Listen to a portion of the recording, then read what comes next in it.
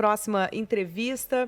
Neste mês, outubro, a Agência da ONU para Refugiados, Acnur, e o Governo do Estado do Rio Grande do Sul firmaram um trabalho conjunto para o desenvolvimento de planos e protocolos de contingência em situação de risco, de emergência, fruto do que vivemos e experienciamos a partir da inundação de maio. E nós sempre ouvimos falar este termo, durante muito tempo, refugiados, como algo distante, muito relacionados a guerras. E cada vez mais a gente começou a ouvir dos refugiados do clima, refugiados climáticos, a ponto de agora isso ser também a nossa realidade aqui no Rio Grande do Sul. Então, para entendermos essas circunstâncias e o que está sendo elaborado a partir do acordo firmado com o governo do estado do Rio Grande do Sul, conversamos agora com o oficial associado de Relações Governamentais da Agência da ONU para Refugiados, Pablo Matos. Bom dia. Bom dia. Obrigado pelo convite, colegas. É um prazer estar aqui com vocês. Pablo, eu acho que é interessante a gente começar descrevendo, né? O que é, então, o refugiado climático, refugiado do clima, essa população que precisa se deslocar em função de eventos extremos e como a gente está inserido nisso, né? O que isso tem a ver com o que aconteceu no Rio Grande do Sul? Quem são os nossos refugiados? Bom, na verdade, nós preferimos chamar pessoas deslocadas por razões climáticas, né? O termo refugiado climático, na ótica do Acnur, Agência da ONU para Refugiados, não seria o ideal, porque a própria Convenção de 51, que é relativa ao Estatuto dos Refugiados, a Convenção de Genebra, não contempla o contexto de mudanças climáticas e desastre como sendo um garantidor do status de refugiado, o status formal.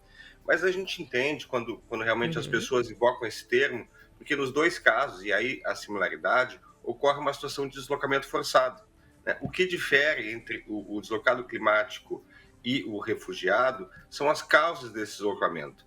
No caso de pessoas refugiadas, essas pessoas também buscam proteção fora do seu país de origem. E o deslocado climático, normalmente a pessoa permanece dentro do seu país de origem. E é bom colocar, né, que em termos de direito, no Brasil, as pessoas refugiadas ou também solicitantes de refúgio têm direitos bastante semelhantes aos dos nacionais. Porém, nós preferimos não usar esse termo, e aí reafirmo essa questão do deslocado por razões climáticas e não exatamente o refugiado climático, pelo nosso trabalho, o trabalho do Acnur, ser muito centrado na Convenção de Genebra de 51, mas compreendemos totalmente o paralelismo por razão dessa questão do deslocamento forçado que ocorre nas duas situações. Não, mas exatamente é isso que eu gostaria que trouxesse, porque a gente vai falando e usando os termos que vão aparecendo, mas para quem lida diretamente com o assunto, os termos têm um significado e um poder formal, né? Quando a gente está exigindo ou fazendo alguma reivindicação em relação a um refugiado ou um deslocado, formalmente isso poderá ter um entendimento diferente, né, nas entregas, no que está sendo exigido. Então, para a gente também é importante que se faça esses esclarecimentos, porque cada palavra dessas tem um conceito aí que reúne informações inerentes a ela. Então, falando dos deslocados climáticos, que é o que temos, então, predominantemente aqui no Rio Grande do Sul. Podemos dar como exemplo, se estou correta, o que acontece em Eldorado, né, que até falaram que poderia afetar muito a questão das eleições municipais.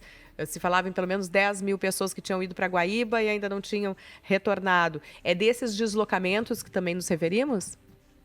Exatamente, né? E nesse sentido, o papel do Acnur com relação não só aos deslocados climáticos, mas aqui no estado, é importante dizer, vivem pessoas refugiadas também, né? Pessoas que saíram do seu país de origem por uma questão de perseguição, de restrição à sua liberdade, de perigo contra a sua vida. Então, aqui no estado temos uma situação onde se encontram, vamos dizer assim, as duas categorias e foram igualmente afetadas pela questão das emergências humanitárias e climáticas aqui no estado do Rio Grande do Sul. O Acnur vem trabalhar aqui justamente apoiando as iniciativas do Estado brasileiro e diria nos 3 níveis de governo, compartilhando a nossa experiência anterior em respostas humanitárias, né? E nesse sentido, o papel do governo estadual nos parece central, assim como dos municípios, sociedade civil, academia no Rio Grande do Sul, que possuem realmente a centralidade e o conhecimento da resposta. E, nesse sentido, o Acnur e outras organizações do Sistema ONU pretendem justamente complementar os esforços estatais no sentido de atender tanto os chamados deslocados climáticos, ou seja, os gaúchos, gaúchas que foram afetados diretamente por esses efeitos climáticos e perderam suas casas, foram desalojados, e também pessoas refugiadas que vivem no estado e igualmente foram afetadas e precisam de apoio nesse momento tão difícil aqui no estado. As famílias, por exemplo, né, famílias venezuelanas que eu encontrei nos abrigos aqui no Rio Grande do Sul, aqui em Porto Alegre, então, que já vinham desse deslocamento do seu país de origem e foram também abaladas, impactadas, perdendo suas residências, suas casas na inundação de maio. Mas aí o memorando firmado com o governo do estado tem um prazo, pelo que vi, né, de 12 meses. O que está se trabalhando neste momento? O que se pretende ter ao final deste período? Perfeito. O memorando visa, sobretudo, a prestar a nossa expertise nesse chamado plano de contingenciamento, né? Então, parte da atuação do Acnur nesse sentido se dá em informações que promovemos aos servidores públicos, também na distribuição de materiais utilizados em emergência, apoio financeiro para pessoas atingidas e, sobretudo, a troca de experiência, né? Esperamos que, especialmente, essa troca de experiência com autoridades locais seja um dos grandes legados da atuação do Acnur no Estado e, claro, como eu disse, por força do nosso mandato, também assegurar que pessoas refugiadas sejam contempladas nessa resposta. Não se trata aqui de privilegiar nenhuma categoria, né? Mas garantir realmente que nenhuma pessoa nesse contexto seja deixada para trás. E, especialmente, a nossa atuação visa preparar ou trabalhar junto com autoridades locais, no sentido que o Estado esteja preparado para que quando situações assim aconteçam de novo, e na nossa perspectiva não é uma situação se vai acontecer, é quando vai acontecer, esses fenômenos têm sido cada vez mais presentes e parte do nosso dia a dia, então é uma situação de preparar para que, quando acontecer, os impactos na população não sejam sentidos de maneira tão forte quanto foi na última vez. Então seria um pouco nesse sentido, preparação e mitigação dos efeitos e impactos que esses fenômenos vão causar em nosso dia a dia. Porque a gente, em maio desse ano, sentimos muita falta de protocolos, de políticas públicas, de saber o que se deveria fazer em cada um desses momentos. Qual será um exemplo de qual poderá ser o nosso grande aprendizado a partir do que está se construindo? Na verdade, uma situação de emergência como essa que enfrentamos aqui no Rio Grande do Sul, há diversos momentos de ação, né? E em cada fase, as necessidades acabam se alterando. Por exemplo, mas de qualquer forma, é importante que todas as pessoas impactadas estejam contempladas na resposta governamentais, o que tem sido efetivamente implementado aqui no Rio Grande do Sul. Por exemplo, um desafio inicial é sempre assegurar que a informação oficial pode ser informação real, possa chegar e ser compreendida pelas diversas populações, né, alertando os riscos da situação. Então, na fase inicial, a questão de disseminação de informação confiável é muito importante. No caso dos refugiados, para colocar também, já que tu colocaste esse ponto, a gente, além da diferença cultural, nós temos uma barreira linguística e de inclusão digital, né? Então, é disseminação da informação. Se a gente for pensar mais a médio e longo prazo, também a questão da moradia, da alimentação, do atendimento à saúde, sempre são medidas cruciais em uma resposta emergencial. Hoje, se a gente pensar que as situações acontecerem em maio, a gente pode pensar na questão da geração de renda e inclusão de programas sociais, que também é central para assegurar a dignidade de pessoas impactadas. É sempre importante a gente lembrar que, sendo uma situação transversal, né, diversos desafios podem emergir nessas situações.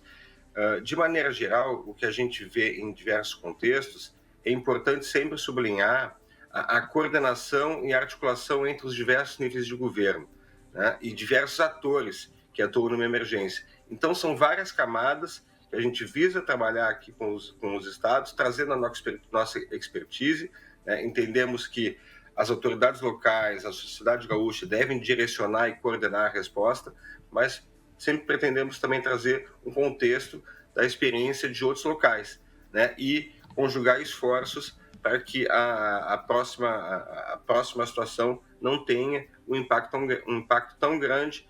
Então, o nosso trabalho aqui visa, sobretudo, essa preparação, esse plano de contingenciamento no sentido de mitigar os efeitos em diversos níveis de atuação. O Pablo Matos, oficial associado de Relações Governamentais da Agência da ONU para Refugiados, está falando conosco sobre esse memorando firmado com o governo do estado do Rio Grande do Sul para ter essa programação, esses treinamentos, protocolos estabelecidos, essa formação que nos deixe mais preparados para ocorrências como as que tivemos em maio. E aí aproveito para encerrar e lhe perguntar se, assim como o governo do estado está se preparando junto de vocês, outras entidades, instituições, grupos que trabalham com refugiados podem buscar amparo e orientação junto à Acnur e como fazê-lo?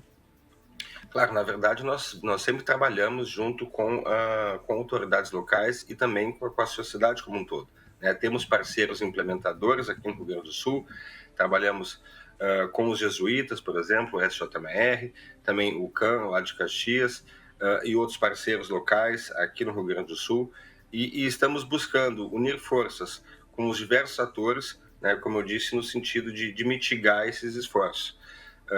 É um prazer para a gente estar aqui. Sabemos que a situação é bastante delicada, mas esperamos, trabalhando junto com os outros atores, conseguir superar esses desafios que se impõem. Se alguma grupo ou entidade precisar dessa orientação e apoio, podem entrar em contato? De que forma? Nós temos as nossas redes sociais, estão disponíveis, temos um site que se chama Help, né? Está na rede, onde esse site, o Help, ele traz orientações gerais sobre como buscar apoio e também entrar em contato direto conosco, né? Então, sugiro entrar nas nossas redes do Acnur Brasil, especialmente o site Help. Tá certo, já estamos acessando aqui, acnur.org. Então, se colocar o Acnur Help, rapidamente já entra na plataforma que pode ser acessada. Muito obrigada, Pablo, Muito obrigado. que conversa conosco nessa manhã, trazendo mais informações. A gente acompanha, né? Temos aí um ano de trabalho para sabermos os resultados e estarmos melhor preparados. Como disseste, assim, não é se vai acontecer, é quando vai acontecer. Oficial associado de Relações Governamentais da Agência da ONU para Refugiados, Acnur, Pablo Matos, um bom dia. Obrigado, bom dia.